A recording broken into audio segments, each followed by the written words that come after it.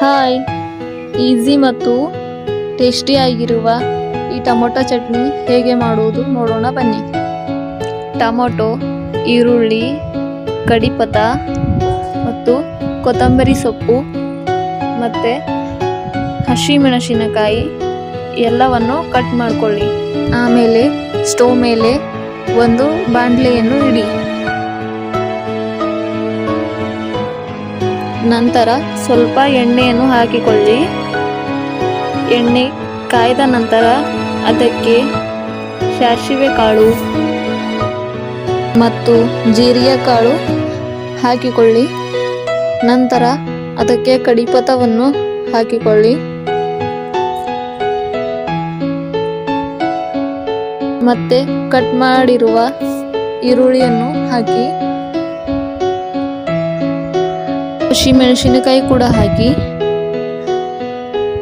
ಸ್ವಲ್ಪ ಅದನ್ನು ರೆಡ್ ಆಗಲು ಬಿಡಿ.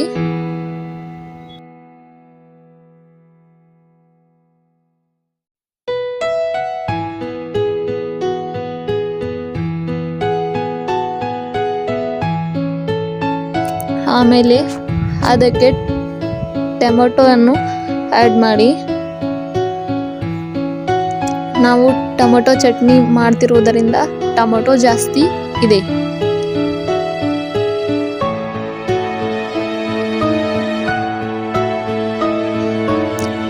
ಟೊಮೆಟೊ ಕೂಡ ಚೆನ್ನಾಗಿ ಮೆತ್ತಗೆ ಆಗೋವರೆಗೂ ಫ್ರೈ ಮಾಡಿ.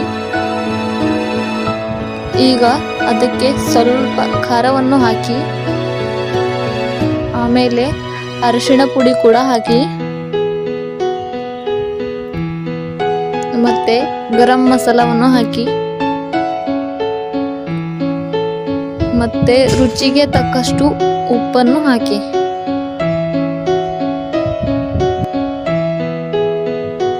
ಮತ್ತೆ ಅದನ್ನು ಚೆನ್ನಾಗಿ ಫ್ರೈ ಮಾಡಿ. ಟೊಮೊಟೊ ಮೆತ್ತಗಾಗಬೇಕು.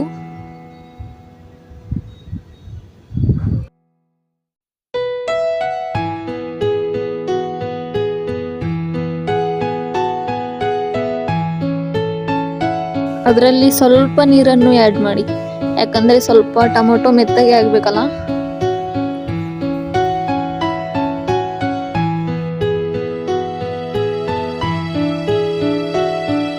ಈಗ 2 ಮಿನಿಟ್ಸ್ ಮೇಲೆ ಮುಚ್ಚಿ ಇಟ್ಟುಬಿಡಿ.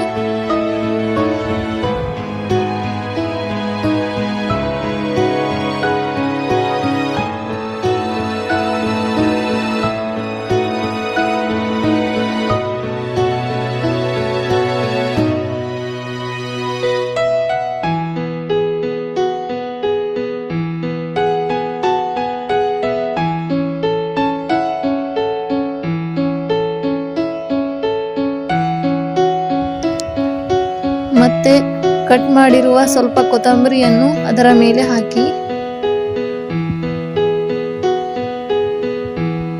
ಈ ಟೇಸ್ಟಿಯಾಗಿರುವ ಮತ್ತು ಈಸಿ ಕೂಡ ಆಗಿರುವ ಟೊಮೊಟೊ ಚಟ್ನಿನ ನಿಮ್ಮ ಮನೆಯಲ್ಲಿ ಕೂಡ ಒಂದು ಸಾರಿ ಟ್ರೈ ಮಾಡಿ. ತುಂಬ ಟೇಸ್ಟಿಯಾಗಿ ಕೂಡ ಇರುತ್ತೆ.